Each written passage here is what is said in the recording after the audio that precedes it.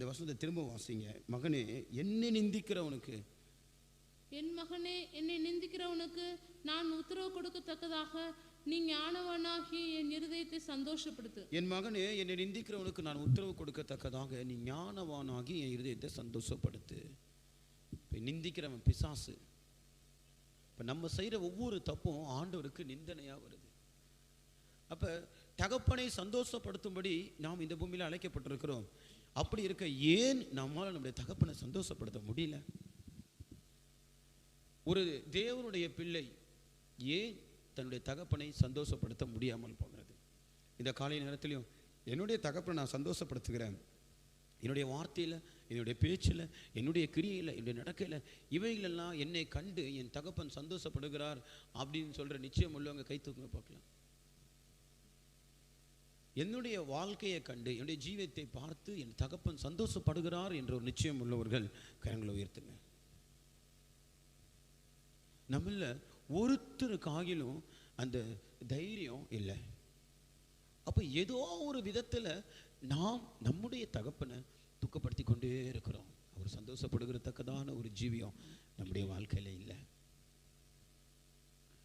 அப்படியானால் ஏன் ஒரு தகப்பனுக்கு ஒரு பிள்ளை சந்தோஷமான ஒரு வாழ்க்கை வாழ முடியல? தகப்பனை பிரியப்படுத்த முடியல? வேதத்தில் உள்ள சில உதாரணங்களை எடுத்துக்கொண்டால், வேதத்தில் நமக்கு சொல்லப்பட்டிருக்க சில சம்பவங்களை பார்க்கும்போது, ஒரு தகப்பன் அல்லது ஒரு மகன், ஒரு பிள்ளை தன் தகப்பனை சந்தோஷப்படுத்த முடியாமல் துக்கப்படுத்துறதுக்கு காரணம் என்ன? சில உதாரணங்கள் கொடுக்கப்பட்டிருக்கு. அதாவது நோவாவுடைய காலம் தொடங்கி இயேசு கிறிஸ்துவுடைய காலம் வரைக்கும் தகப்பனை துக்கப்படுத்தின ஒவ்வொருடைய வாழ்க்கைக்கும் பின்பு, அல்லது அவர்கள் தகப்பனை துக்கப்படுத்தின ஒவ்வொரு சந்தர்ப்பத்துக்கும் பின்பதாக ஒரே ஒரு காரியம் மறைஞ்சிருந்தது. ஒவ்வொரு நோவாவுடைய காலத்தில், அந்த வேதத்தை நீங்கள் நோவாவுடைய காலத்திலிருந்து இயேசு கிறிஸ்துடைய காலம் வரைக்கும் எடுத்து வாசித்து பாருங்கள். தகப்பனை துக்கப்படுத்தின எத்தனையோ பிள்ளைகளை நம்ம வேதத்தில் வாசிக்கிறோம். அப்படி தகப்பனை துக்கப்படுத்தின எல்லாருக்குள்ளேயும் எல்லாருடைய வாழ்க்கையை எடுத்துக்கொண்டால் ஒரு குறிப்பிட்ட ஒரு காரியம் மறைஞ்சிருந்தது. அந்த ஒரு குறிப்பிட்ட காரியத்தை இன்றைக்கு நம்ம பார்க்க போகிறோம். தகப்பனை பிரியப்படுத்த முடியாமல் போனவர்களுக்கு அவங்க வாழ்க்கையில் இந்த குறிப்பிட்ட காரியம் என்ன என்று கண்டுபிடித்து நம்முடைய வாழ்க்கையில் அது இருக்கிறதா என்று நம்ம கண்டுபிடிக்கணும். இங்கே நம்ம வாசிக்கிறோம், நீ ஞானவானாகி என்னுடைய இருதயத்தை சந்தோஷப்படுத்து.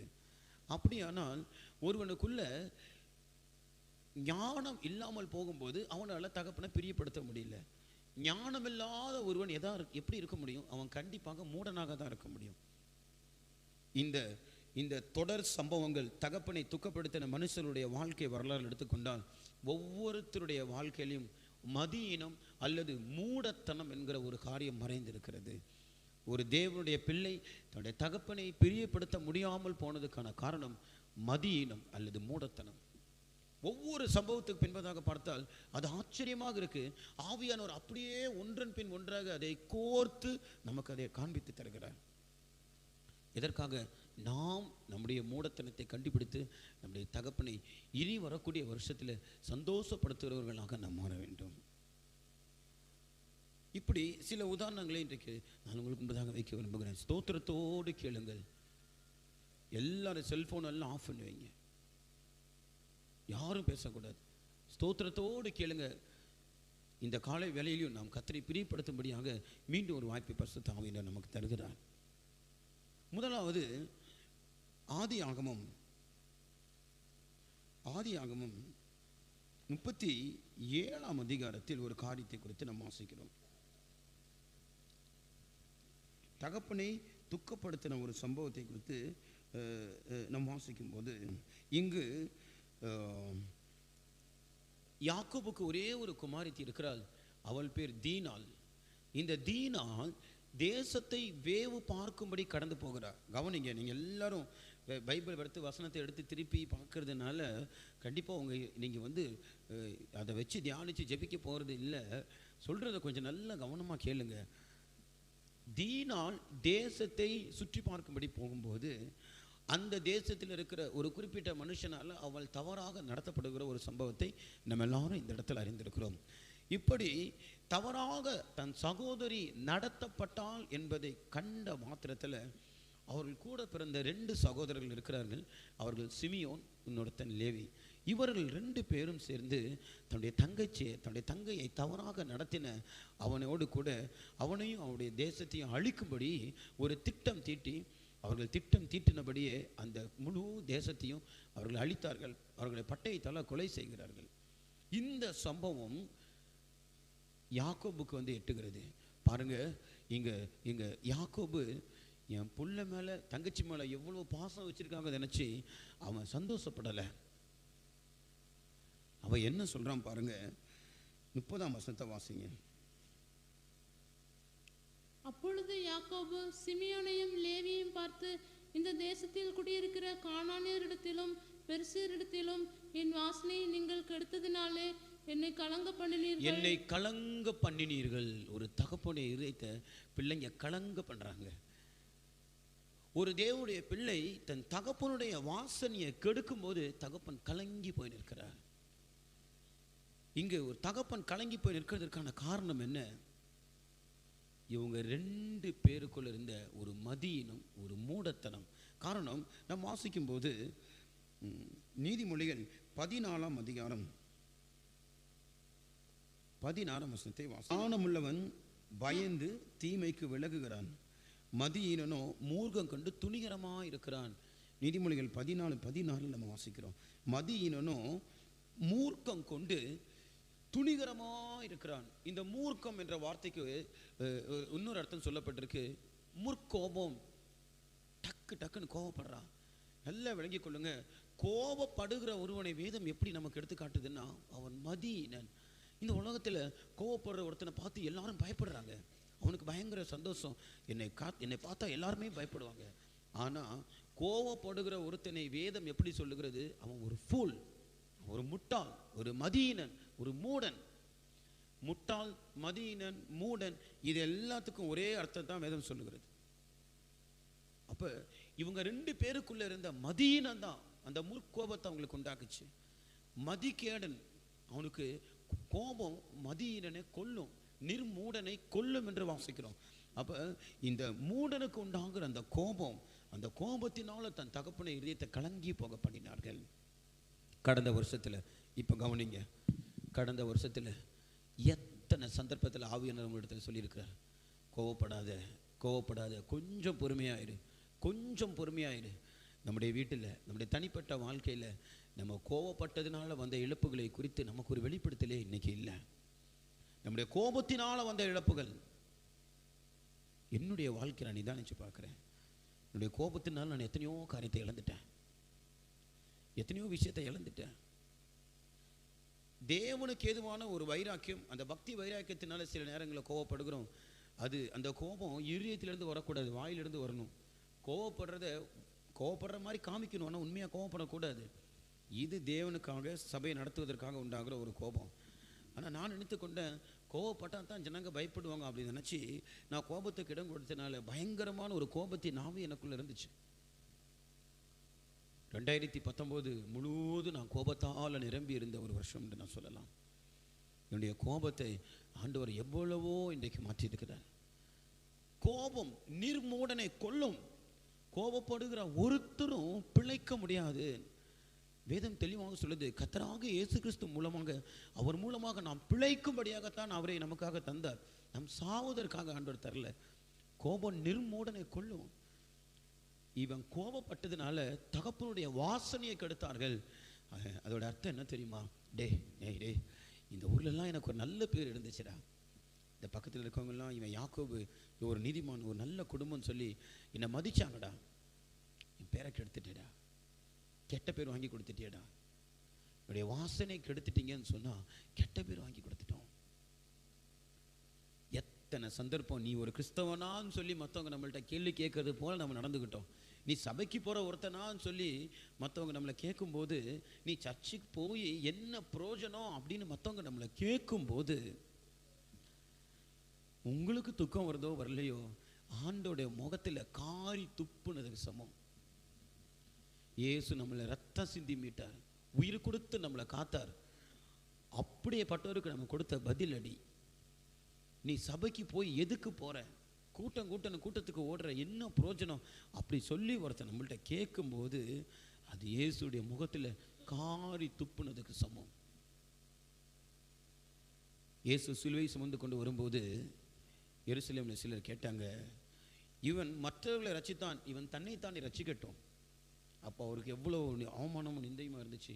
அது போல தான் நம்ம ஆண்டவர் பேரை கெடுக்கும் போது நம்மால் ஆண்டவர் முகத்தில் காரி துப்பப்படுகிறார். என் மகனே, உடைய மூடத்தனத்தை விடு, உடைய முற்கோபத்தை விடு, நீ ஞானமுள்ளவனாகி என் இதயத்தை சந்தோஷப்படுத்து. இந்த வருஷத்தோட கடைசியில் கர்த்தர் நம்மோடு கூட பேசுகிறது தான்.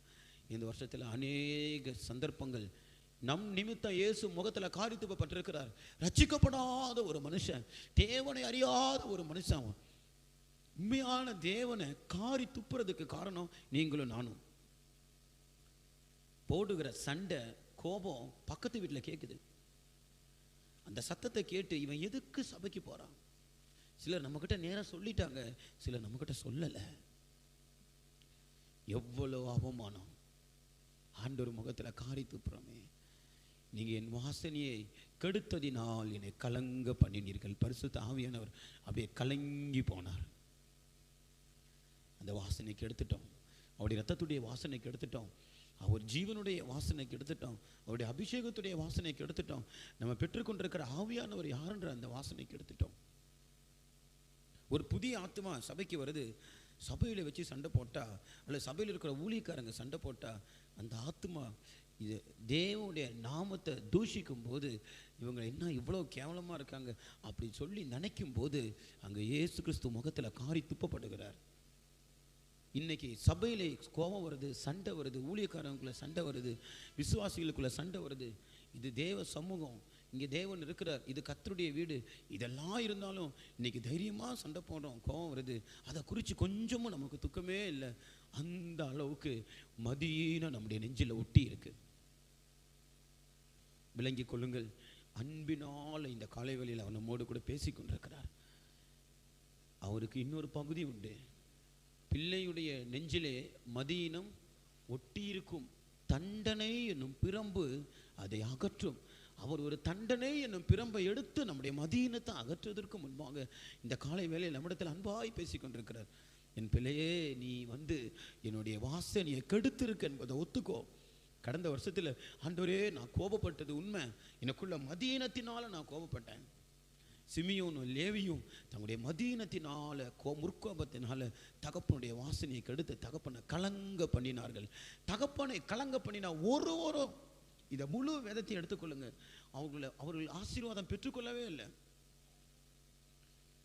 தகப்பனை கலங்க பண்ணினார்கள். இந்த விஷயம் யாக்கோபு எத்தனையோ வருஷம் கழிச்சாலும் அந்த துக்கம் அவனை விட்டு போகவே இல்லை. அவன் ஒரு நாள் நான் நினைக்கிறேன் கண்டிப்பாக யாக்கோபு அங்கே கண்ணீர் விட்டுருப்பான். இவங்க இப்படி ஒரு காரியத்தை செஞ்சபோது கலங்கி கண்ணீர் சிந்திருப்பான். அந்த துக்கத்தில் இருக்கும்போது ஆண்டவர் அவனோட கூட பேசுகிறார். நீ எழுந்து பெத்தேலுக்கு போ. ஆண்டவர் ஆறுதல் படுத்தி சொல்கிறார், நீ எழுந்து பெத்தேலுக்கு போ. அந்த காயத்துடைய தழும்பு யாக்கோபு ஒரு மனுஷன் தானே, அவனுக்கு அது ஆறவே இல்லை. அவனுடைய கடைசி நாட்களில் தன்னுடைய பிள்ளைகளை ஆசீர்வதிக்கும் போது அவன் ஒவ்வொருத்தர் பேரை சொல்லி ஆசீர்வதிக்கிறான். இது ஆதியாகமம் 49ஆம் அதிகாரத்தில் நம்ம வாசிக்கிறோம்.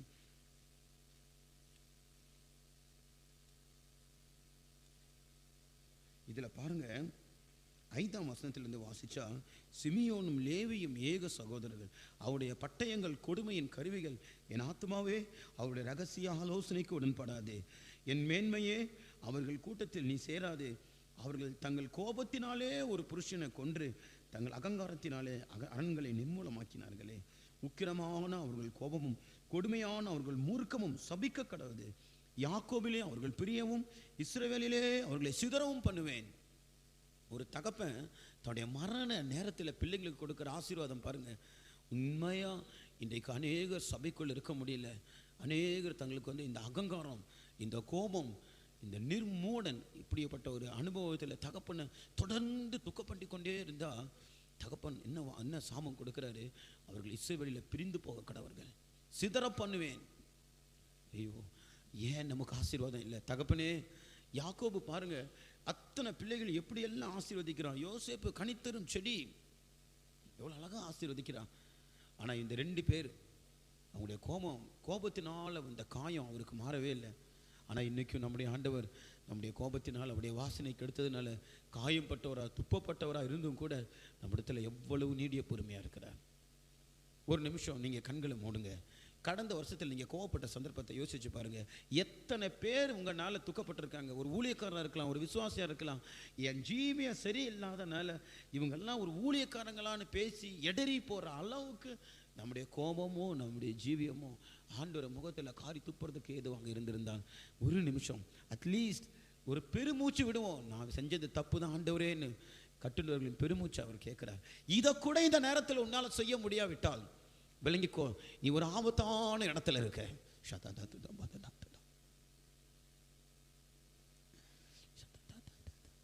ஒரு வயசு இருக்கு, வயசுக்கு ஏற்ற ஒரு பொறுமை இல்லை. அன்றைக்கு சிமியோனும் லேவியும் அவங்களுடைய வயசு என்ன? இன்றைக்கு எவ்வளவு வயசானாலும் உன் ஆண்டவர் முகத்தில் காரி துப்புறதுக்கு காரணமா இருக்கிறியே. ஆண்டோடைய தகப்புடைய வாசனை கெடுத்து ஆண்டவரேன்னு சொல்லி ஒரு பெருமூச்சு விடுங்க. கட்டினுடைய பெருமூச்சு அவர் கேட்கிறார்.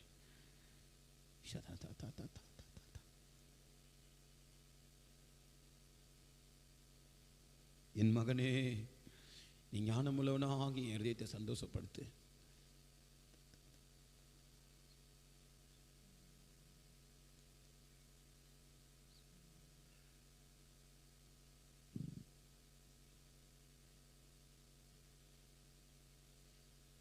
எனக்குள்ள மூடத்தனம் இருக்கிறது, நான் கோபப்பட்டது உண்மைதான் என்று நீங்கள் ஒத்துக்கொண்டால் கண்டிப்பாக அந்த கோபத்திலிருந்து கர்த்தர் உங்களுக்கு விடுதலை தருவார்.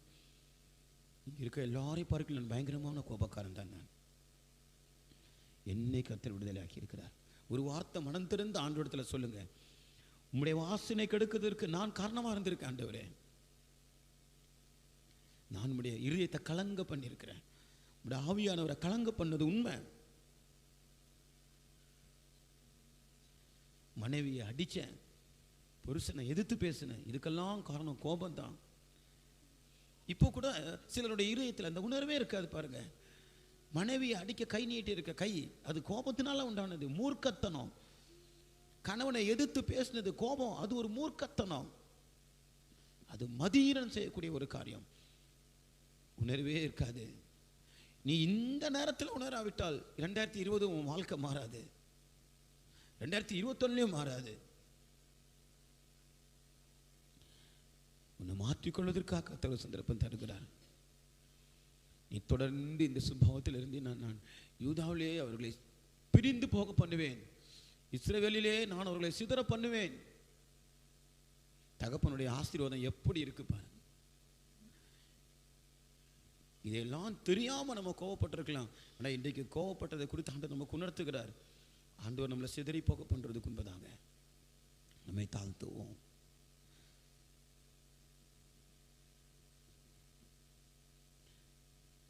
யாருக்கிட்ட கோவப்பட்டோம், எந்த இடத்துல தகப்பனுடைய நாமத்தை அந்த வாசனை கெடுத்து போட்டோமோ அதே இடத்துல தகப்பனுக்கு நற்கந்தமா நான் மாறுவேன். ஆண்டவரே, எனக்கு 1 வருஷத்தை கூட்டித்தானும், எனக்கு ஆயுஷ் நாட்களை கூட்டி தந்தால் இந்த 2021 நான் உமக்கு நற்கந்தமாய் மாறுவேன். ஆண்டவரே,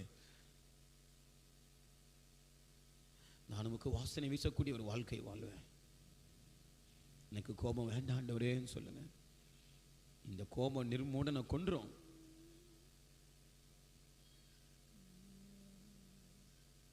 என்னுடைய வேலை செய்கிற இடத்துல உனக்கு இனி உமக்கு நான் சாட்சியாக இருப்பேன் ஆண்டவரே.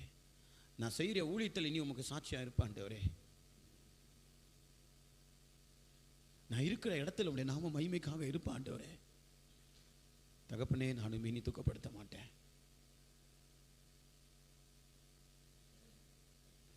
ஆமென். இப்போ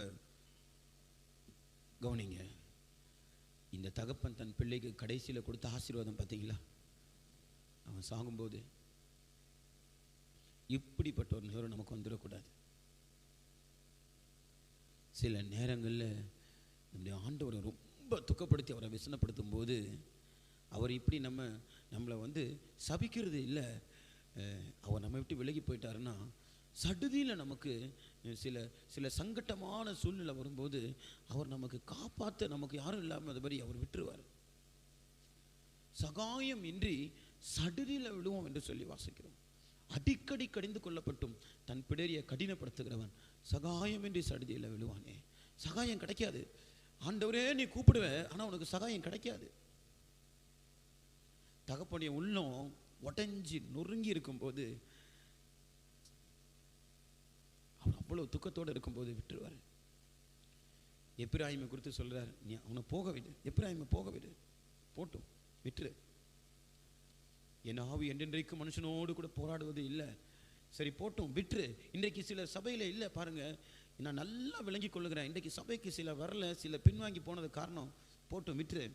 நான் ரொம்ப துக்கத்தோட ஆண்டவரிடத்தில் கேட்கும்போது போட்டும் விட்டுரு விட்டுரு போட்டும். அவங்க மேலே ஆண்டவர் அவ்வளவு வாய்ப்புகளை கர்த்தர் அவங்களுக்கு கொடுத்துருக்கிறார், அவ்வளவு மனம் திரும்புறதுக்கான சந்தர்ப்பங்களை கொடுக்குறார். நான் கேட்ட ஆண்டவர்கிட்ட, ஆண்டவரே ஒரு சிச்சையை கொடுத்து நீர் திருப்பலாமே ஆண்டவரே. ஆண்டவருக்கு பதிலே இல்லை. அதுக்கு ஆண்டவர் சொன்ன வார்த்தை என்ன தெரியுமா? நான் நேசிக்கிறவர்களோ அவர்களை கடிந்து கொண்டு சிச்சிக்கிறேன். ஒரு சிச்சை கொடுத்து கர்த்தர் ஒருத்தனை திருப்புறார் என்று சொன்னால் அவனை கர்த்தர் நேசிக்கிறார்.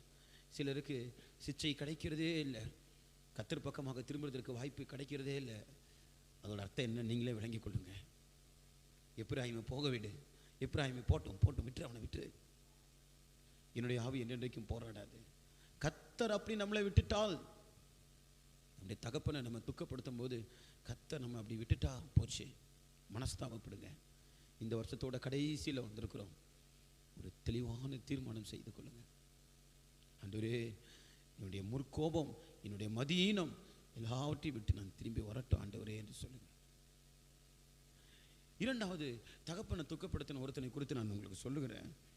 இதை நான் வாசிக்கும் போது ஆதியாகமம் 9ஆம் அதிகாரத்தில் 21ஆம் வசனத்திலிருந்து 25ஆம் வசனம் வரைக்கும் நம்ம வாசிக்கிறோம். ஆதியாகமம் 9ஆம் அதிகாரத்தில் நம்ம வாசிக்கிறோம். அவன் திராட்சரசத்தை குடித்து வெறி கொண்டு தன் கூடாரத்தில் வஸ்திரம் விலகி படுத்திருந்தான். அப்பொழுது கானானுக்கு தகப்பனாகிய காம் தன் தகப்பனுடைய நிர்வாணத்தை கண்டு வெளியில் இருந்த தன் சகோதரர் இருவருக்கும் அறிவித்தான். அப்பொழுது சேமும் யாப்பேத்தும் ஒரு வஸ்திரத்தை எடுத்து தங்கள் இருவருடைய தோள் மேல் போட்டுக்கொண்டு பின்னிட்டு வந்து தங்கள் தகப்பனுடைய நிர்வாணத்தை மூடினார்கள்.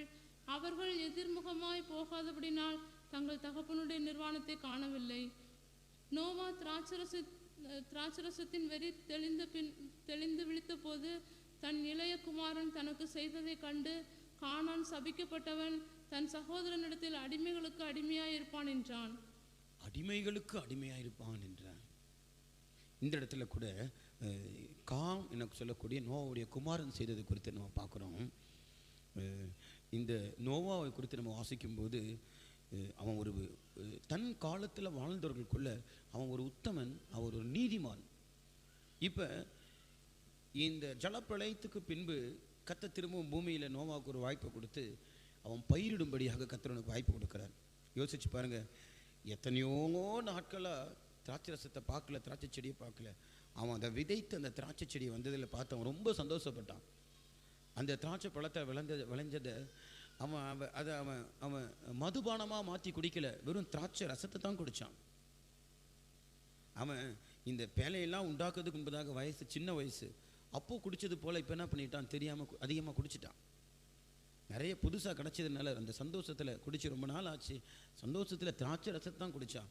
கொஞ்சம் அங்கே நீங்கள் வாசித்து பாருங்கள், அவன் தெருவுலையோ வீட்டுக்கு வெளியிலையோ வீட்டுக்கு மூலையிலையோ எங்கேயாவது போய் விழுந்து கிடந்தான்னு பாருங்கள்.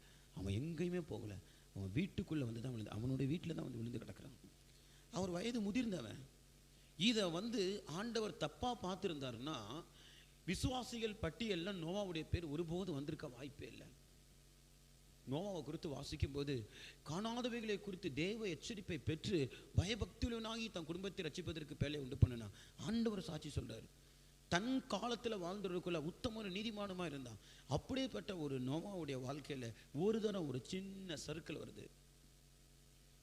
அப்போ இந்த காம் மேலே தப்பு இல்லை, அவனும் யதார்த்தமாக வீட்டுக்குள்ளே போகிறான். வீட்டுக்குள்ளே போனோன்னா இவன் வஸ்திரம் விலகி படுத்திருக்கிறான். உடனே என்ன செய்திருக்கணும்?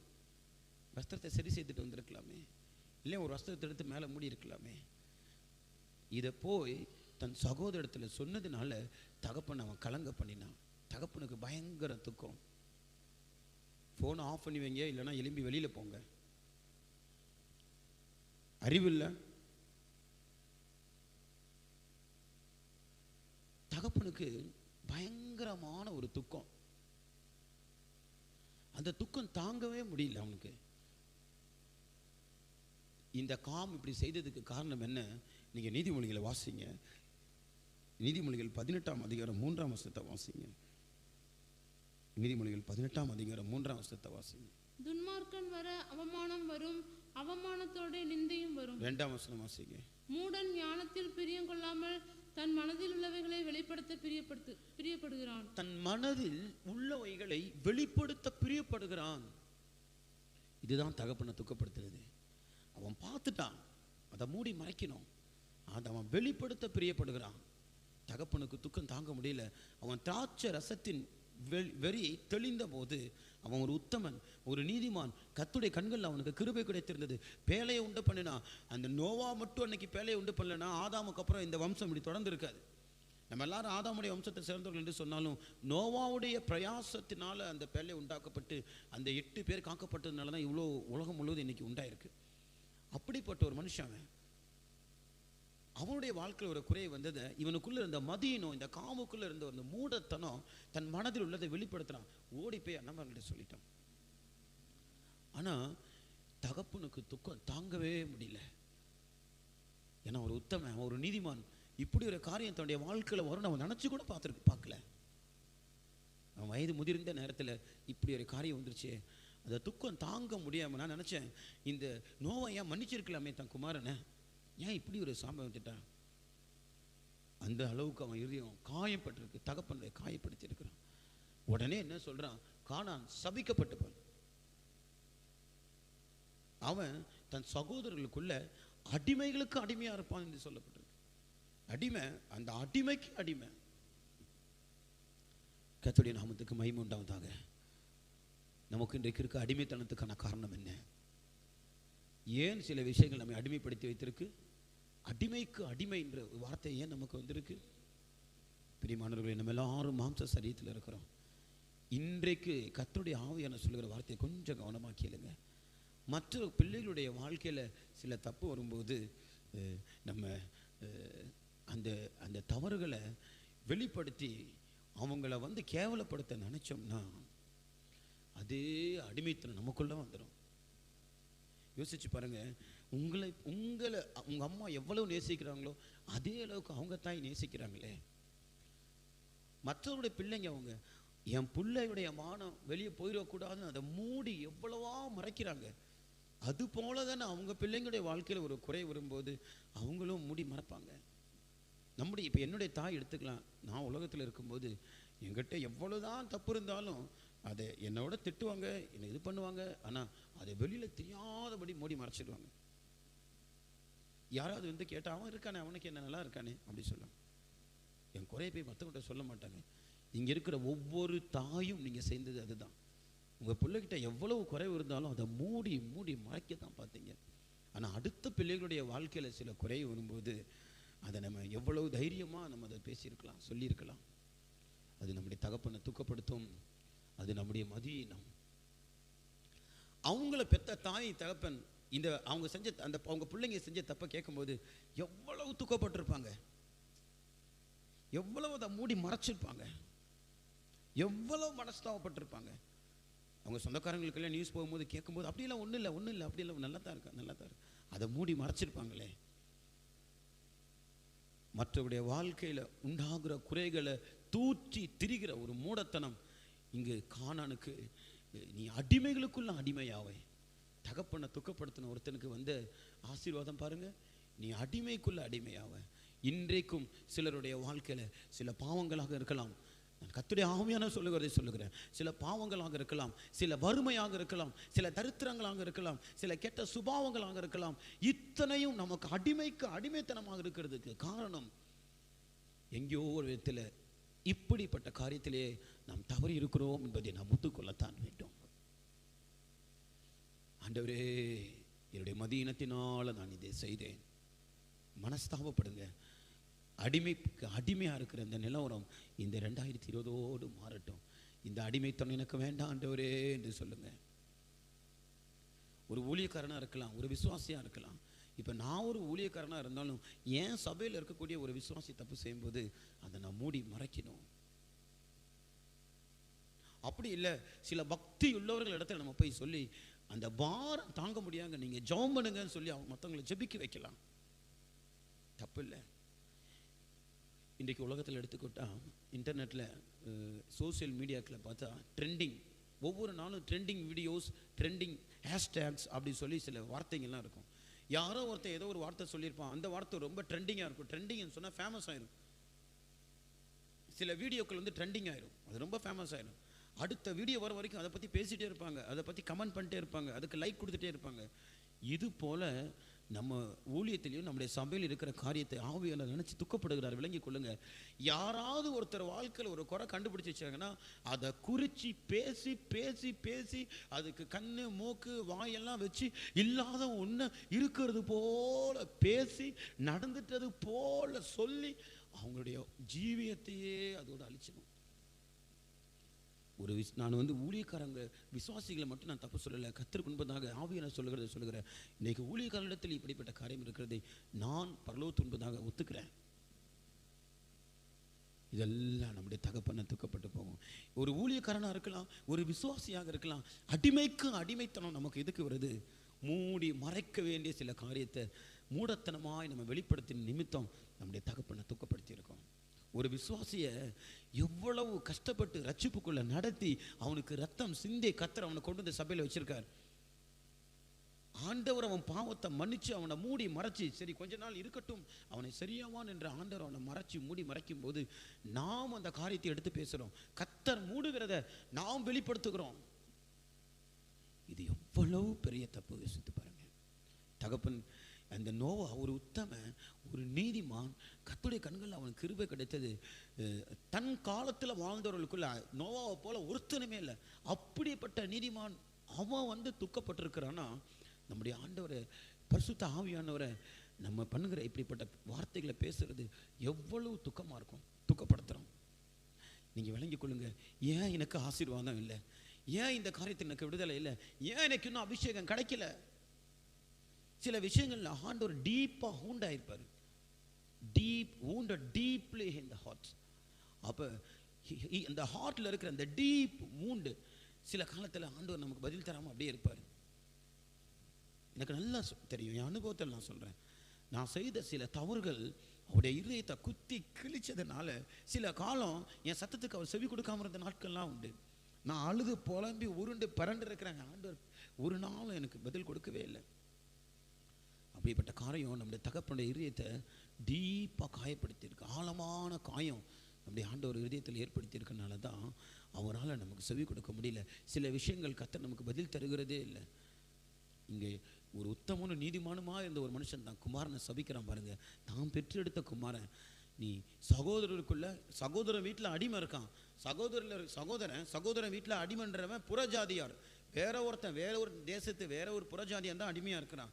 அந்த அடிமைக்கு கீழே இவன் அடிமையாக இருப்பானா? எப்படிப்பட்ட ஒரு பயங்கரமான சாபம் பாருங்க.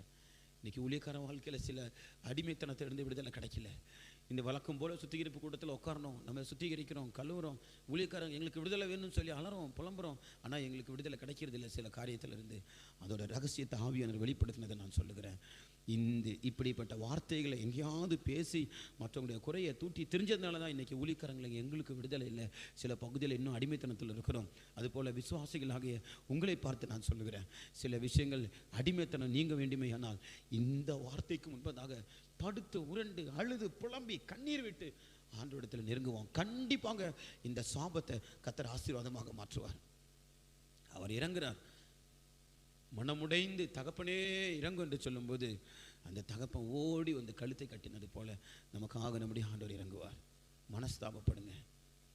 இல்லை இப்போவும் கூட நான் செஞ்சது சரிதான் என்று நீங்கள் நீதிகரித்து கொண்டிருந்தால் கண்டிப்பாக நான் சொல்லுகிறேன், அவருடைய இருதயம் சந்தோஷப்படாது, தகப்பனையோடைய சந்தோஷப்படாது.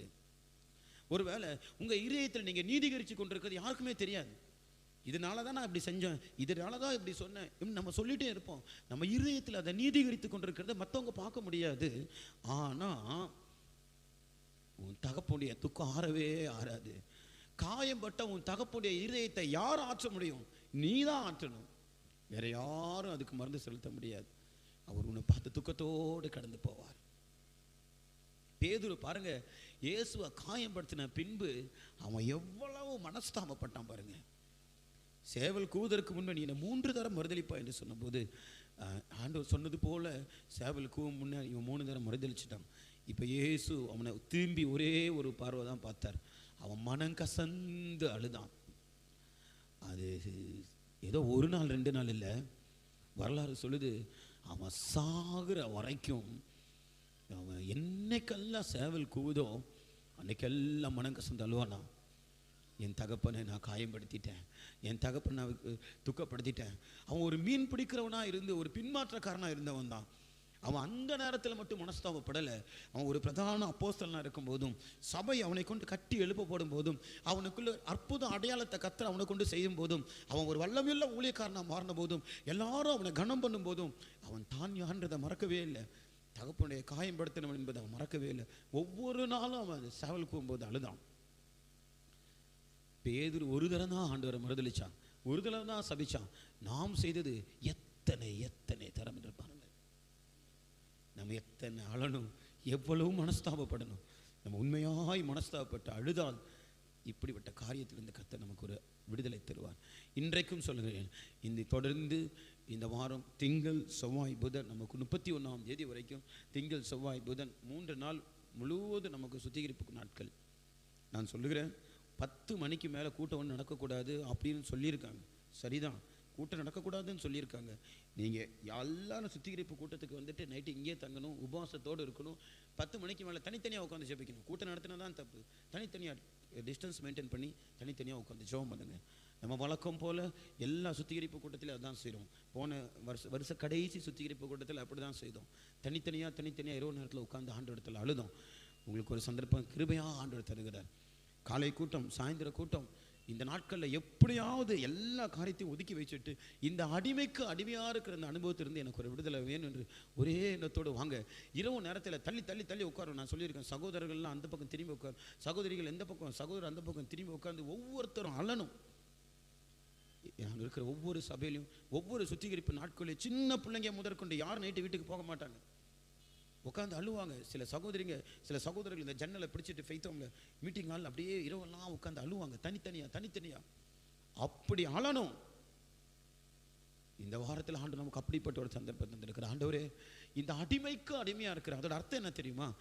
உலகத்தான் எந்த அளவுக்கு அடிமையா இருக்கானோ அவனை பார்க்கலும் நம்ம மோசமா அடிமைப்பட்டிருப்போம். நம்ம செய்கிற ஒரு பாவம் அல்லது நமக்குள்ளே போராடுகிற ஒரு ஆவி, அது உலகத்திற்குள்ளே கூட அந்த மாதிரி ஆவி இல்லை, அவனை பார்க்கலும் மோசமான ஒரு ஆவி நமக்குள்ளே வந்துடும். நேற்று காத்திருப்பு கூட்டத்தில் நான் அதை குறித்து உங்களுக்கு சொன்னேன். அஞ்ஞானிகளுக்குள்ளே செய்யப்படாத ஒரு காரியத்தை கொரிந்து சபையில் அபிஷேகம் பண்ணப்பட்ட ஒரு விசுவாசி செய்தான். அதுதான் அடிமைகளுக்கு அடிமையாக இருக்கிற அனுபவம்.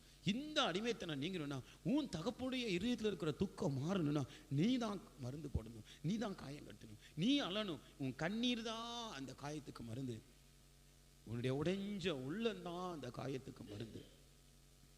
தயவு செய்து சொல்லுகிற இந்த சுத்திகரிப்பு நாட்களை பிரயோஜனப்படுத்திக் கொள்ளுங்க. அடுத்து நமக்கு ஒரு நெருக்கம் வந்துகிட்டே இருக்கு. 2021 எலெக்ஷன் வரப்போகுது. ஒரு 6 வருஷத்துக்கு முன்னாடி எனக்கு கிடைச்ச ஒரு கடிதம், RSS உடைய கடிதம். அந்த கடிதத்தில் 2021 முடிகிறதுக்குள்ள ஒவ்வொரு கிறிஸ்தவனுக்கும் ஒரு கோடு கொடுக்கணும், ஒரு நம்பர் கொடுக்கணும், ஒரு பார் கோடு கொடுக்கணும். ஸ்லோ பாய்சன் கொடுத்து ஒவ்வொரு கிறிஸ்தவனுடைய மைண்டு வேலை செய்யறதை குறைக்கணும். கவர்மெண்ட் பொசிஷனில் யாரையும் அவங்கள வைக்கக்கூடாது.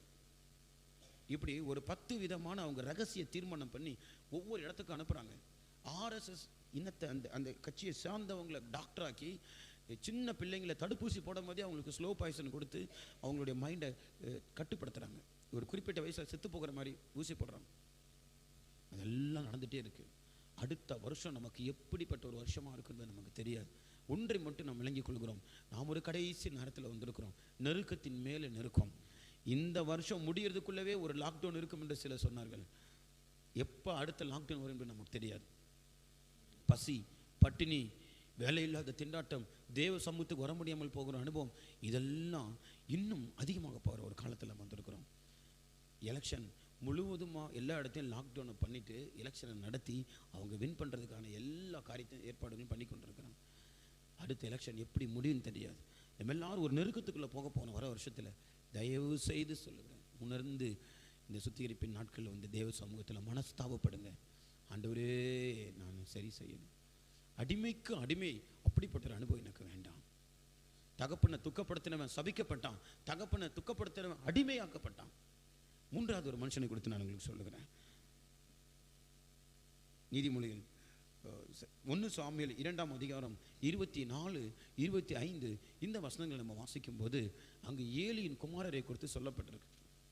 இவர்கள் சின்ன வயசு முதற்கொண்டு பெந்தகோஸ்தே சபையில் பிறந்து வளர்ந்த ஒரு பிள்ளைகள் எப்படியோ, சண்டே ஸ்கூல் படித்த பிள்ளைகள் எப்படியோ, அதே போல் கர்த்தருடைய வசனங்களிலும் கர்த்தருடைய வார்த்தையிலும் தேவ சமூகத்திலும் வளர்ந்த பிள்ளைகள் தான் ஏலியுடைய பிள்ளைகள்.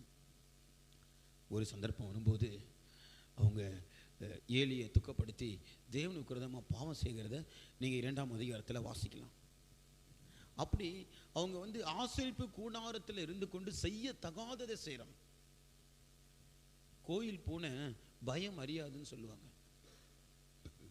ஃபெய்த்தோமில் இருந்து அவங்களுக்கு பயம் இல்லாமல் போயிடுச்சு. இத்தனைக்கும் அவன் தகப்பன் ஒரு பிரதான ஆசாரியன். அவன் எவ்வளவோ சொல்கிறான், பிள்ளைகளே வேண்டாம் வேண்டாம். ஒரு மனுஷனுக்கு விரோதமாக மனுஷன் ஏதாவது செய்தால் அவனுக்காக பரிந்து பேச ஆள் உண்டு. ஒருவன் தேவனுக்கு விரோதமாக இப்போ தீமை இப்போ பாவம் செய்தால் யார் அவனுக்காக பரிந்து பேச முடியும்? தயவு செய்து இந்த காரியத்தை விட்டு விடுங்கள். வாசிங்க இந்த வசனத்தை.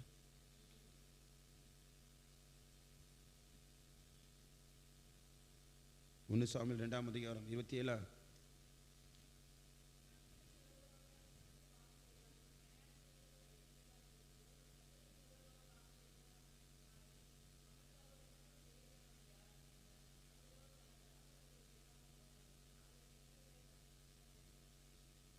இருபத்தி 4ஆம் வசனத்தில் எவ்வளோ அன்பா சொல்கிறான் பாருங்க. என் குமாரரே, என் குமாரரே வேண்டாம். நான் கேள்விப்படுகிற இந்த செய்தி நல்லதல்ல. கர்த்தருடைய ஜனங்கள் மீறி நடப்பதற்கு நீங்கள் காரணமாக இருக்காதீங்க, வேண்டாம். தகப்பன் எவ்வளோ அன்பா புத்தி சொல்கிறான் பாருங்க. இன்றைக்கு ஏலி தங்க பிள்ளைங்க ஆண்டவரை பார்க்க தான் பிள்ளைங்க மேலே அதிகமான அன்பு வச்சுருந்தான். சில பெற்றோர்கள் தங்கள் பிள்ளைகள் மேலே அன்பு வச்சு அவங்க செய்கிற தப்பை கண்டிக்கிறது கூட அவங்களுக்கு முடியறதில்லை. என் குமாரரே வேண்டாம். ஆனாலும் இவங்க தைரியமாக இப்படி தப்பு செஞ்சு ஏலியை துக்கப்படுத்துகிறான். அப்படின்னா இவங்க தன் தகப்பனை துக்கப்படுத்தினதுக்கு காரணமும் மூடத்தனம் தான். நம்ம நீதிமொழிகளில் வாசிக்கிறோம். நீதிமொழிகள் 15ஆம் அதிகாரம் 3ஆம் வசனத்தை வாசிங்க. 5ஆம் வசனத்தை வாசிங்க. மூடன் தன் தகப்பன் புத்தியை அலட்சியம் பண்ணுகிறான், கடிந்து கொள்ளுதலை கவனித்து நடக்கிறவனோ விவேகி. மூடன் தன் தகப்பன் புத்திமதியை அலட்சியம் பண்ணுகிறான். இங்கு இவர்கள் தகப்பனுடைய புத்திமதியை அலட்சியம் பண்ணி தகப்பனை துக்கப்படுத்தினாங்க. இன்னும் நம்ம வாசிக்கிறோம், மூட புத்திரனை பெற்றவனுக்கு வருகிறது சஞ்சலம். மூடனாகிய ஒரு பிள்ளையுடைய பெற்றோருக்கு எப்பவுமே மனதில் சஞ்சலம் தவிப்பும் தான் இருக்கும். அதனால தான் சொல்கிறோம், சின்ன வயசுலேருந்தே உங்கள் பிள்ளைகளை கத்திரிக்கேற்ற விதத்தில் வளங்க. ஊழியக்காரன் ஒரு வார்த்தை சொன்னால் உனக்கு எவ்வளவு கோபம் வருது, ஒரு வார்த்தை திட்டுனா எவ்வளோ கோபம் வருது. ஒரு இண்டிபெண்டன்ட் சபையில் இருக்கிற ஊழியக்காரர் சொல்கிறார் பாருங்க, எங்கள் பாசு சாப்பிட்டுட்டு அந்த தட்டில், எங்கள் பாசு ஒரு சன்னியாசி, அவர் சாப்பிட்டுட்டு அந்த தட்டில் ஏதாவது மீதி இருக்குமான்னு பார்த்து அதை சாப்பிட்றது நான் ரொம்ப ஆசைப்படுவேன். அவருக்கு கால் பிடிக்கிறது எனக்கு ரொம்ப சந்தோஷமாக இருக்கும். அவர் அடித்தார், பயங்கரமாக அடித்தார், எல்லாரும் முன்னாடி ஒரு பெரிய கம்பை வச்சு அடித்தார். ஆனால் நாங்கள் சொல்லிக்கிட்டோம், டேய் நம்ம பாசிட்டே அடி வாங்கிட்டோம்டா, நம்ம கண்டிப்பாக பெரிய ஆள் ஆகும்டா அப்படி சாட்சி சொல்ல. ஒரு இண்டிபெண்டன்ட் சபையில் இருக்கிற ஒரு ஊழியக்காரர் தான் வளர்ந்து வந்த விதத்தை, தான் ஊழியக்காரங்களை கனம் பண்ண விதத்தை குறித்து சொல்லுகிறார். இன்னைக்கு இதே சபையில் சகல சத்தியமும் கேட்டிருந்தோம், பிள்ளைகளை ஒரு தொட்ட உடனே முகம், பெற்றோர்கள் முகம் எப்படி மாறுது என்று பாருங்க. பிள்ளையுடைய நம்முடைய மூடத்தனத்தை வெளிக்கொண்டு வரக்கூடிய தகப்பன்மார்கள் இருக்கும்போது அவருங்க புத்திமதியை அலட்சியம் பண்ணக்கூடிய ஒருவனாக இருந்தால் நீ தகப்பனை துக்கப்படுத்துகிற ஒரு ஆளாக இருப்ப. அப்படிப்பட்ட முடிவை பாருங்க. அவன் அப்படிப்பட்ட பிள்ளைகளை வளர்த்து எடுத்ததுக்கப்புறம் மூடத்தனமாக அவங்க வளர்ந்துருவாங்க. வளர்ந்ததுக்கப்புறம் ஒரு குறிப்பிட்ட வயசானதுக்கப்புறம் தன் பிள்ளையை நினச்சி பெற்றோருடைய இருதயம் தத்தளித்து கொண்டிருக்கும். ஏலியுடைய இருதயம் தத்தளித்து கொண்டிருந்தது. கர்த்தருடைய உடன்படிக்கை பெட்டி என்னாச்சு, என் பிள்ளைங்க என்னாச்சு, தத்தளித்து கொண்டிருக்கான். பிரியமானவர்களே, இந்த வருஷத்தோட கடைசியில் நீங்கள் தீர்மானம் செய்து கொள்ளுங்க. நம்முடைய ஆண்டவராகிய நம்முடைய தகப்பன் எத்தனையோ புத்திமதியை நமக்கு சொல்லிக் கொடுக்கிறார். அதெல்லாம் இருந்து, ஆண்டவரே நீர் சொல்லிக் கொடுத்த புத்திமதி, நீர் சொல்லி தந்த கடிந்து கொள்ளுதல், இதையெல்லாம் என் மனம் அலட்சியம் பண்ணினது உண்மை என்று நான் ஒத்துக்கொள்கிறேன் அப்படின்ற ஒரு துக்கம் நமக்கு இப்பொழுதே வரட்டும். மூடன் புத்திமதியை அலட்சியம் பண்ணுகிறான், கடிந்து கொள்ளுதலை ஏற்றுக்கொள்ளாமல் போகிறான். இந்த 2 பிள்ளைகளுக்குள்ளே இருந்த அந்த மூடத்தனம் தான் தன் தகப்பனை துக்கப்படுத்தி இருக்கு. இப்படி இந்த மூடத்தனத்தில் வளர்ந்த ஒருவனுடைய முடிவை குறித்து நீதிமொழிகள் 5ஆம் அதிகாரத்தில் வாசிக்கிறோம். முடிவிலே நீ துக்கித்து உன் சரீரம் உருவழியும் போது நீ துக்கித்து, ஐயோ போதகத்தை நான் வெறுத்தேனே, கடிந்து கொள்ளுதலை என் மனம் அலட்சியம் பண்ணினதே. வாசிங்க இந்த வசனத்தை. முடிவிலே உன் மாம்சமும் உன் சரீரமும் உருவழியும் போது நீ துக்கித்து, ஐயோ போதகத்தை நான் வெறுத்தேனே, கடிந்து கொள்ளுதலை என் மனம் அலட்சியம் பண்ணினதே. என் போதகரின் சொல்லை நான் கேளாமலும் எனக்கு உபதேசம் பண்ணினவர்களுக்கு என் செவியை சாயாமலும் போனேனே. சபைக்குள்ளும் சங்கத்துக்குள்ளும் கொஞ்சம் குறைய எல்லா தீமைக்கும் உள்ளானேனே என்று முறையிடுவாய். இது முடிவிலே என்று சொல்லப்பட்டிருக்கு. இப்படிப்பட்ட ஒரு பிள்ளையுடைய முடிவு, இன்றைக்கு ஏலியுடைய பிள்ளையுடைய முடிவு எங்கே இருந்துச்சு? அவங்க எங்கே இருக்காங்க? இப்போ அவன் துக்கப்பட்டு கொண்டிருக்கிறான், பாதாளத்தில் வேதனைப்படும் போது, ஐயோ நான் மிஸ் பண்ணிட்டேனே. எத்தனை பிரசங்கம்! கர்த்தர் யார் மூலமாக உங்களுக்கு சிச்சிக்கிறார்? யார் மூலமாக உங்களுக்கு புத்திமதி சொல்கிறார்? நமக்கு யார் மூலமாக சொல்கிறார்? பரிசுத்த ஆவியானவர், பரிசுத்தவான்கள், வேத வசனம், இதன் மூலமாக தான் கர்த்தர் நம்மோடு பேசுகிறார். அந்த பிள்ளையாமுக்கு ஒரு கழுதை பேசுச்சு, அப்போ கூட பிள்ளையாமுக்கு புத்தி வரல. அந்த மூடத்தனம், பிள்ளையாமுடைய மூடத்தனம் புத்திமதியை தள்ளி விட்டுச்சு. நம்முடைய வாழ்க்கையில் நம்ம புத்திமதியை தள்ளி விட்டதுக்காக மனஸ்தாபப்படுவோம். ஆண்டவரே எங்களுக்கு புத்தி சொல்லி எங்களை வளர்க்கக்கூடிய தகப்பன்மார்களை எங்களுக்கு வைத்திருக்கிறீர். பரிசுத்த ஆவியானவர் எங்களை நடத்தும் போது, தகப்பன்மார்களை நடத்தும் போது நாங்கள் ஒப்பு கொடுத்து போங்க, எங்களுக்கு கிருபை தாங்க ஆண்டவரே. ஏலியை போல் ஒரு தத்தளிக்கிற அனுபவம் எங்களுக்கு வந்துடக்கூடாது. மனஸ்தாபப்படுவோம்.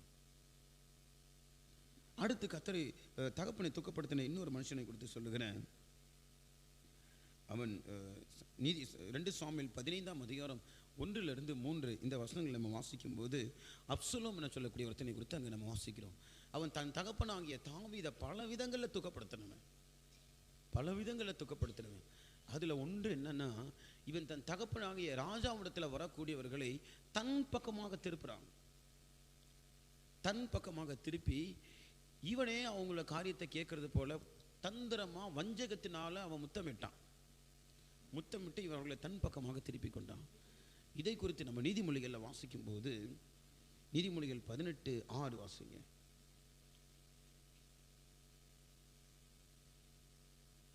மூடனுடைய உதடுகள் விவாதத்தில் நுழையும். போதும், மூடனுடைய உதடுகள் விவாதத்தில் நுழையும். இங்க அப்சலோம் தன் தகப்பனை துக்கப்படுத்தினது காரணம், தேவையில்லாத விவாதத்தில் இவன் நுழைஞ்சி தன் ராஜாவை பார்க்க வரவங்களை தன் பக்கமாக திருப்பி இவன் ராஜ்யபாரத்தை இவன் கையில் எடுக்கும்படியாக பிரயாசப்பட்டான். பாருங்க, வீணான விவாதம் தான் அவனுக்குள்ள இருந்த மூடத்தனம். தேவையில்லாத விஷயத்துல, ராஜாவுடைய காரியத்துல இவன் தலை போட்டு தன் தகப்பனை துக்கப்படுத்துறான். வேதம் நமக்கு தெளிவாக சொல்லுகிறது.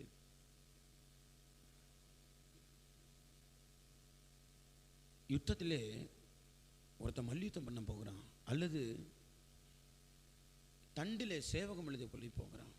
இதோட அர்த்தம் என்னன்னா, மிலிட்டரியில் ஜாயின் பண்ணக்கூடிய ஒருவன், அதுதான் தண்டில் சேவகம் பண்ணுறது. தண்டில் சேவகம் எழுதி கொண்ட ஒருவன் தன்னை சேவகம் எழுதி கொண்டவனுக்கு பாத்திரமா இருக்கும்படி பிழைப்புக்கு அடுத்த அலுவல்களில் சிக்கிக்கொள்ள மாட்டான். இன்றைக்கு அநேக சகோதரிகள் பண்ணுகிற தப்பு இதுதான். மூடத்தனம், வீண் விவாதம். நம்ம தீத்துல வாசிக்கும் போது சில சகோதரிகளை குறித்து சொல்லப்பட்டிருக்கு, இவர்கள் வீண் அலுவற்காரிகளாயும் வீடு வீடாய் திரிய பழகிறவர்களாக இருப்பார்கள், இப்படிப்பட்டவர்களுடைய ஊழியத்தில் நீ சேர்க்காத என்று சொல்லி சிலரை குறித்து தீத்துக்கு அப்போஸ்தலன் பவுல் புத்திமதி சொல்கிறார். வீண் அலுவற்காரிகள். இன்னொரு இடத்துல தெசலோனிக்கே நிருபத்தில் வாசிக்கும் போது சிலரை குறித்து, இவர்கள் always they are sowing themselves always busybodies. அப்படின்னு சொல்லி ஆங்கிலத்தில் ஒரு வார்த்தை சொல்லப்பட்டிருக்கு. இவங்க எப்படின்னா எப்போவுமே ஏதோ ஒரு காரியத்தில் பிஸியாக இருக்கிற மாதிரி காமிச்சிட்டே இருப்பாங்க. ஆனால் இவங்க அடுத்தவங்க விஷயத்தில் தலை போடுறாங்க. என்றைக்கு ஒரு தேவனுடைய பிள்ளை பிழைப்புக்கு அடுத்த அலுவலில் சிக்கிக்கொண்டு அடுத்தவங்க விஷயத்தில் தலை போடுறோமோ அப்போ நம்ம தகப்பனை நம்ம துக்கப்படுத்துகிறோம். இவன் வீண் விவாதத்தில் நுழைஞ்சி தாவீதாகி தன் தகப்பனை துக்கப்படுத்தினான். இவனுடைய முடிவையும் நம்ம அறிந்திருக்கிறோமே. தகப்பன் காப்பாற்றணும்னு நினச்சா அவனால் காப்பாற்ற முடியல. விளங்கி கொள்ளுங்க, நம்ம பண்ணுகிற ஒவ்வொரு வீண் விவாதமும் அடுத்தவருடைய விஷயத்தில் தலை போட்டு நம்ம பாடுகள் சகித்தால் வீண் அலுவற்காரிகளாக இருந்து அதனால குடும்பத்தில் சண்டையும் பிரச்சனையும் வந்தால் அடுத்த வீட்டு வாசப்படியில் தேவையில்லாமல் ஏறுனா இதெல்லாம் தேவன் அங்கீகரிக்கப்பட முடியாது. எந்த ஒரு சூழ்நிலையிலும் விசுவாசிங்க வீட்டுக்கு போகிறதே தேவ சித்தம் இல்லாமல் அவசியம் இல்லாமல் இன்னொரு விசுவாசி வீட்டுக்கு போகக்கூடாது. அடுத்தவங்க வாசப்படி நம்ம மிதிக்கக்கூடாது. நல்லா விளங்கி கொள்ளுங்க. இன்றைக்கு உலகத்திற்கு சகோதரிங்களுக்கு தெரியல, வீடு வீடா வீடு வீடா பக்கத்து வீட்டுக்குள்ள அடுத்த வீட்டு வாசப்படி நம்ம மிதிக்கிறதுக்கு நமக்கு என்ன அதிகாரம்? எதுக்கு போகிறோம்? வீண் அலுவற்காரிகளாயும் வீடு வீடாய் திரிய பழகிறவர்களாக இருப்பாங்க. அப்படிப்பட்டவர்களை நீ சேர்த்துக்கொள்ளாத, ஊழியம் கெட்டு போகும் அப்படி சொல்லி தீத்துக்கு புத்தி சொல்றார். அடுத்தவங்க வீட்டு வாசற்படி நம்ம ஏறக்கூடாது, அடுத்தவங்க காரியத்தில் தலை போடக்கூடாது. இவன் வீண் விவாதத்தில் நுழைந்து தன் தகப்பனை துக்கப்படுத்துகிறான். அவனுடைய முடிவு என்னாச்சு தெரியுமா? பிள்ளை ஆண்டானே மெதுவாய் நடத்துங்கள் என்று சொல்லி தாவீது சொல்லி இருந்தும் அவனுடைய படைத்தலைவன் யோவாப் என்ன செய்தான்? அவனை சன்னல் பின்னலான ஒரு கருவாலி மரத்தில் அவன் சிக்கி கொண்ட போது 2 வளையங்கள் எடுத்து அவனை குத்தி கொலை செய்தான். அப்சலோமே என் மகனே என்று தாவீது அழுது புலம்பியும் கூட தாவீதால தன்னுடைய மகனை காப்பாற்ற முடியல. நல்லா வணங்கி கொள்ளுங்க. தேவையில்லாத எதுலையாவது போய் சிக்கிக்கிட்டு ஆண்டவரே என்று சொன்னாலும் சில நேரங்களில் நம்மளை காப்பாற்ற முடியாமல் போகும். தகப்பன் அது நிமித்தம் பயங்கர துக்கப்படுகிறார். பிறனுடைய காரியத்தில் நம்ம எக்காரணம் கொண்டு தலை போட வேண்டாம். மற்றவர்களுக்கு ஏதாவது உங்களுக்கு உதவி செய்யணும் என்ன வந்தால் ஒரு 1/2 மணி நேரம் உட்காந்து ஜெபம் பண்ணுங்க. அடுத்து உங்கள் லைஃப்பில் தேவையில்லாமல் விசுவாசிங்க இன்டர்ஃபியர் ஆகாதீங்க. எங்களுக்கு ஒவ்வொருத்தருடைய வாழ்க்கையில் இருக்கிற குறைவுகளை கேட்டு அதை சரி செய்து அவர்களுக்காக ஜெபிக்கக்கூடிய ஒரு அபிஷேகத்தை கர்த்தர் எங்களுக்கு தந்திருக்கார். அப்போ ஒவ்வொருத்தர் வாழ்க்கைக்குள்ளே போகும்போது அவங்க குறைகளை கண்டுபிடிச்சி அதுக்காக நாங்கள் ஜெபிக்கிறோம். அப்போ வரக்கூடிய சோதனைகளை ஜெயிக்கத்தக்க ஒரு அபிஷேகம் கர்த்தர் எங்களுக்கு தருகிறார். ஆனால் விசுவாசிங்க அப்படி போய் அடுத்தவங்க விஷயத்தில் போய் தலை போடும்போது உங்களுக்கு அதை மேற்கொள்ளத்தக்கதான அபிஷேகம் கிடைக்காது. அதுவே உங்களை இழுத்து நரகத்தை தள்ளிடும்.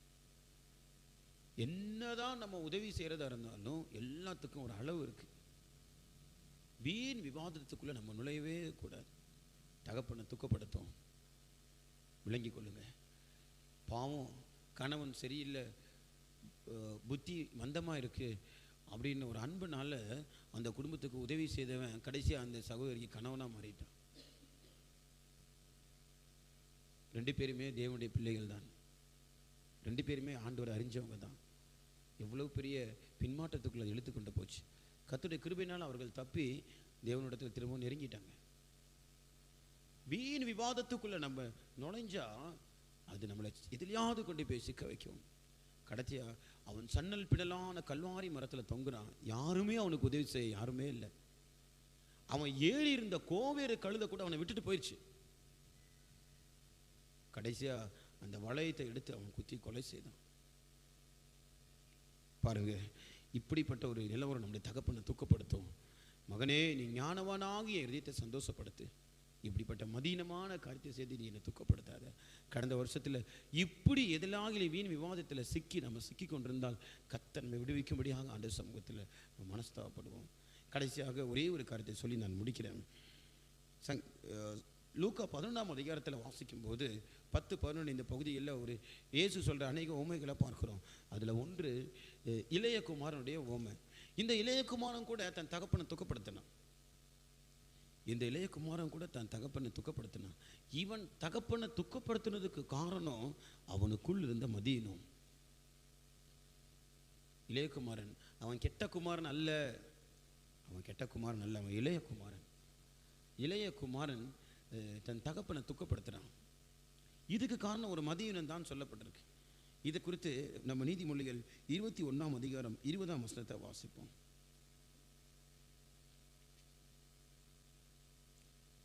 வேண்டிய திரவியமும் வாசஸ்தலத்தில் உண்டு, மூடனோ அதை செலவழித்து போடுகிறான்.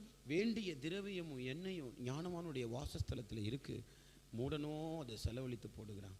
அப்போ இவன் மூடத்தனமாக இருந்தனால தான் தகப்பன் தனக்கு தந்த தன்னுடைய பங்கை கொண்டு போய் வேசிகளிடத்தில் அழித்து வீணாய் செலவு செய்து தன் தகப்பனை துக்கப்படுத்தினான். டே எல்லாமே உனக்கு தாண்டா, உனக்கு தாண்டா இது, இல்லை எனக்கு இப்போதே நீ எடுத்துக்கொடு,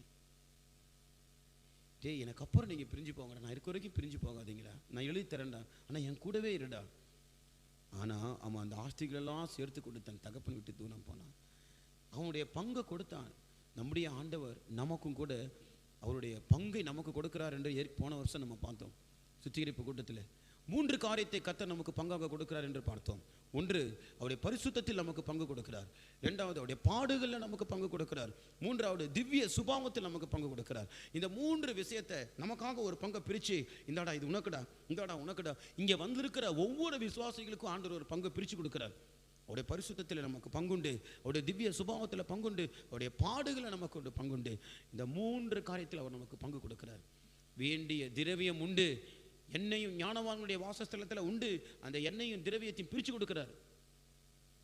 ஆனால் மூடனோ அதை செலவழித்து போட்டு தன் தகப்பனை துக்கப்படுத்துகிறான். இன்றைக்கும் கூட ஆதியில் கொண்டிருந்த நல்ல வரங்கள், தாளந்துகள், விசுவாசம், அபிஷேகம், இதெல்லாம் அந்த இளையகுமாரன் நஷ்டப்படுத்தினது போல நாம் நஷ்டப்படுத்தி விட்டு இந்த இடத்துல வந்து உட்கார்ந்துருக்கிறோம். அந்த தாளந்தை, அதாவது இளையகுமாரன் திரும்பி வரும்போது தகப்பன் தம் அன்பினால் சேர்த்து கொண்டாலும் என்னுடைய சொத்தெல்லாம் அழிச்சிட்டானே, நான் பங்காக கொடுத்ததை வீணாக்கிட்டானேன்னு நினச்சி தகப்பனுக்கு ஒரு துக்கம் இருக்கத்தான் செய்யும்.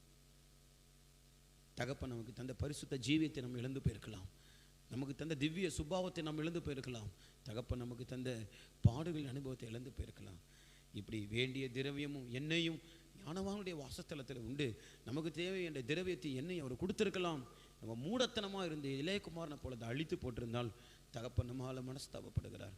இன்றைக்கும் இந்த காலை வேளையில் நம் ஒவ்வொருவரையும் பார்த்து தகப்பன் கேட்கிறார், என் மகனே நீ ஞானவானாகிய இருதயத்தை சந்தோஷப்படுத்து, என் மகளே நீ ஞானவானாகிய இருதயத்தை சந்தோஷப்படுத்து. இந்த 2020 முழுவதும் நம்முடைய ஆண்டவரை நம்ம துக்கப்படுத்தி காயப்படுத்தி இருக்கலாம். இந்த கடைசி நாட்களை தீர்மானம் செய்யுங்கள், இனி நான் உங்களுடைய இருதயத்தை சந்தோஷப்படுத்தட்டும். ஒரு 5 நிமிடம் நான் உங்களுக்கு தருகிறேன். இருக்கிற இடத்துல நீங்கள் கண்களை மூடி ஆண்டவரோடு கூட பேச ஆரம்பிங்க. சரியான ஒரு மனம் திரும்புதல், இங்கேயே நீங்கள் விடுகிற உங்களுடைய சரியான ஒரு மனம் திரும்புதல், உங்களுடைய கண்ணீரும் இந்த இடத்துலையும் உங்களுடைய தகப்பன் உங்களால் சந்தோஷப்படணும். இந்த நேரத்தில் நீங்கள் ஒப்பு கொடுக்கிற விதம், நீங்கள் ஒப்பு கொடுக்கிற அனுபவம், இதை குறித்து தகப்பன் சந்தோஷப்படணும். இந்த இடத்துல நீங்க விரும்பியா உட்கார்ந்து மீண்டும் உங்க தகப்பனை துக்கப்படுத்தாதீங்க. இவ்வளவு கேட்டும் உங்களுடைய தகப்பனை திரும்பவும் துக்கப்படுத்தாதீங்க. அவருக்குள்ள ஒரு ஆறாத காயம் இருக்கிறது. அவருடைய இருதயம் பயங்கரமா காயப்பட்டிருக்கு.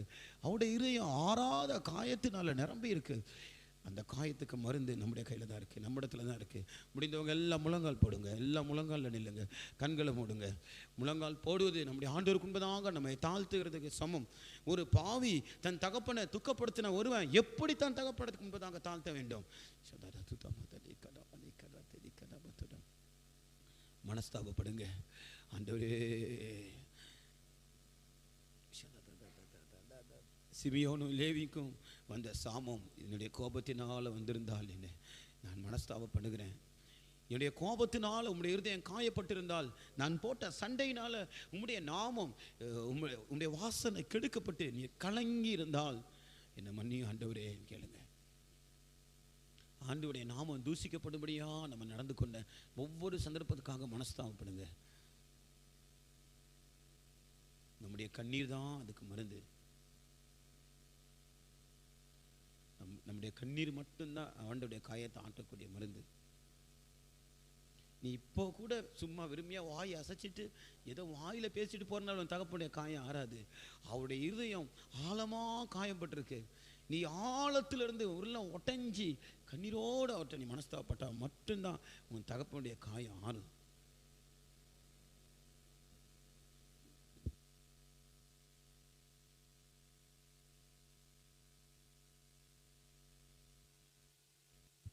நம்ம கோபத்தினால் நம்ம எவ்வளவு சத்தம் போட்டோம், வந்த சண்டை சத்தத்தை அடக்க முடியல, எல்லாருக்கும் கேட்குற அளவுக்கு கத்துறோம்.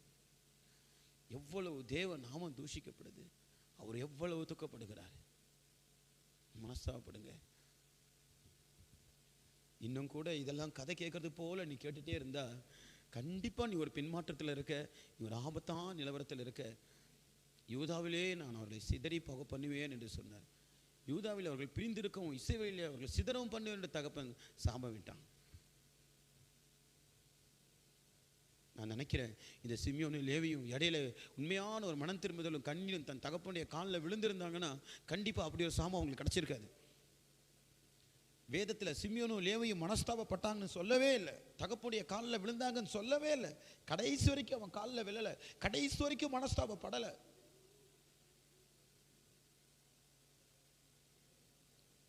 அதனால தான் தகப்பனுடைய இறுதி அந்த காயம் ஆற்றப்படவே இல்லை. தகப்பனுடைய காயம் கடைசி வரைக்கும் ஆறல. யூதாவிலே பிரிந்திருக்கட்டும், அவன் இஸ்ரவேலை சிதறடிக்கணும், அவனுடைய கொடுமையான மூர்க்கம் சபிக்கப்படுவது என்று சொன்னார் தகப்பன்.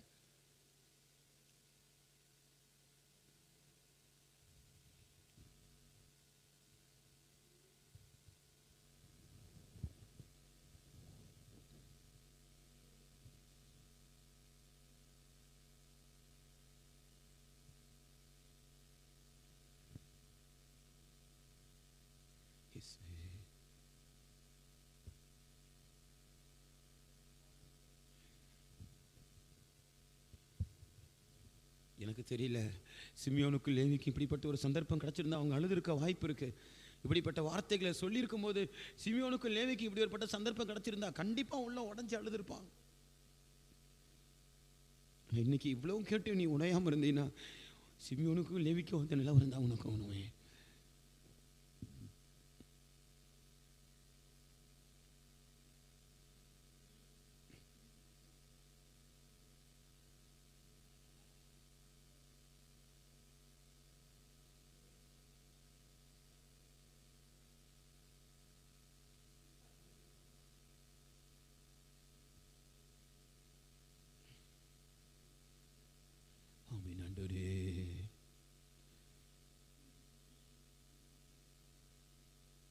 என் மகனே, நீ ஞானவானாகி இருதயத்தை சந்தோஷப்படுத்தேன்னு சொன்னவர், நீ ஞானவானாகி அவர் இருதயத்தை சந்தோஷப்படுத்து என்று காத்திருக்கிறார்.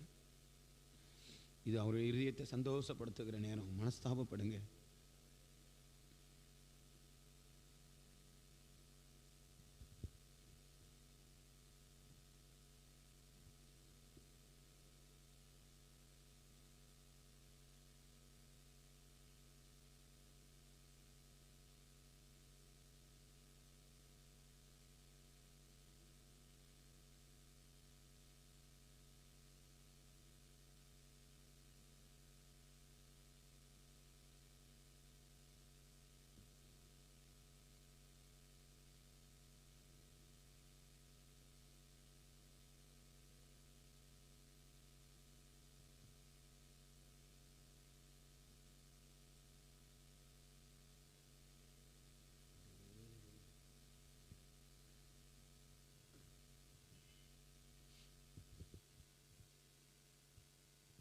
மூடத்தனமாக தைரியத்தில் உள்ளது எல்லாத்தையும் வெளிப்படுத்தினதுனால தகப்பனை துக்கப்படுத்தினா, சகோதரர்களுக்குள்ள இருக்கிற அடிமைக்கு அடிமையாக மாறினா. இப்போ நீ மனஸ்தாபப்பட்டாலும் உன்னை அடிமைத்தனத்தை இந்த நேரத்தில் கூட அவர் மாற்ற முடியும். ஆண்டவரே, என்னுடைய வாழ்க்கையில் இந்த காரியம் என்னை அடிமைப்படுத்திட்டே இருக்கு.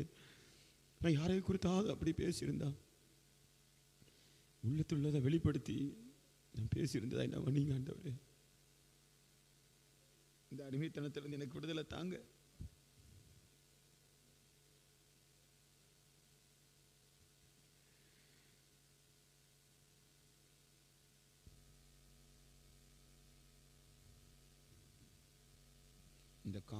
இந்த கானானுடைய தகப்பன் காம், இந்த காம் கூட நோவாவுடைய போய் பாதத்தில் விழுந்தான், நோவாவிடத்துல மன்னிப்பு கேட்டான்னு சொல்லவே இல்லை. அவன் உத்தமன், அவன் நீதிமான், கண்டிப்பா மன்னிச்சிருப்பான்.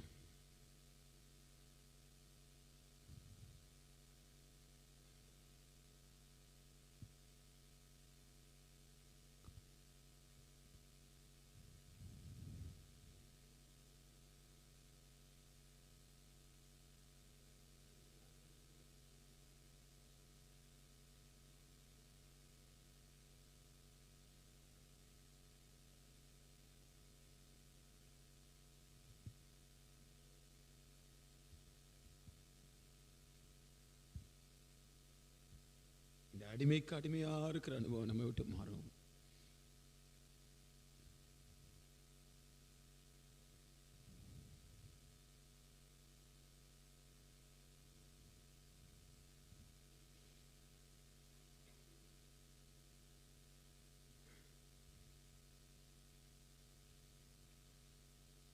ஆண்டவரே, நீங்கள் ஆண்டவரோடு பேசுங்க.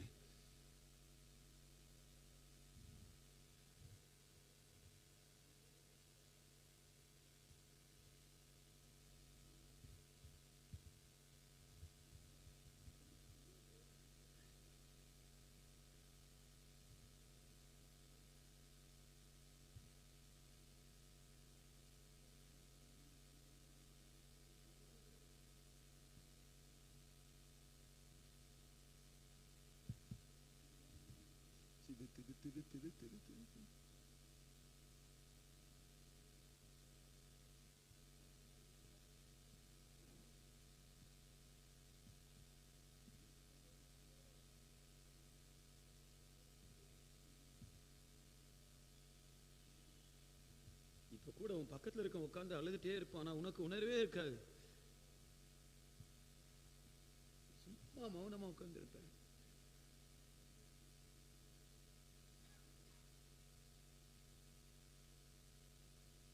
புத்திமதியெல்லாம் அப்சலோம் தள்ளிவிட்டான். இவ்வளோ புத்திமதி ஆண்டவனுக்கு சொல்லியும் கூட நீ அந்த புத்திமதியை ஏற்றுக்கவே மாட்டேன். அப்சலோமை போல ஒரு ஆவி இருந்தா உன்னால் இப்போ உடஞ்சி ஆண்டு சமூகம் தள்ள முடியாது. திடீர்னு ஒரு நாள் சடுதியில் ஆபத்து வரும்போது ஏதாவது ஒரு காரியத்தில் சிக்கிக்கொள்ளும். அவனுக்கு உதவி செய்ய யாருமே இல்லை. அவன் ஏறி இருந்த கோவிலுக்களையும் அவனை விட்டுட்டு ஓடிடுச்சு.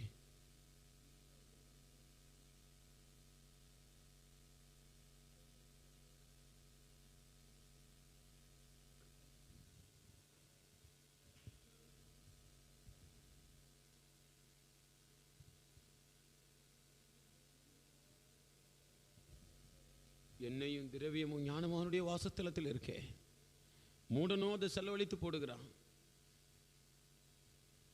கத்த தந்த அபிஷேகம், கத்த தந்த வரங்கள், கத்த தந்த வெளிப்படுத்தல்கள், கத்த தந்த வைராக்கியம் எல்லாத்தையும் செலவழித்து போட்டு தகப்பனை துக்கப்படுத்தி ஒரு மூடனை போல இந்த இடத்துல வந்து உட்கார்ந்துருக்கிறோம்.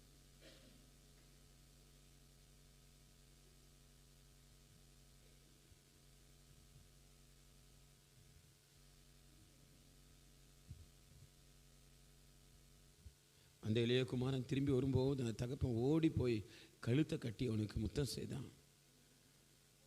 நீ உண்மையான மனஸ்தாபத்தோடு திரும்பி வந்தா அவர் இறையும் சந்தோஷப்பட்டான். தகப்பன் திரும்பி ஓடி வருவார்.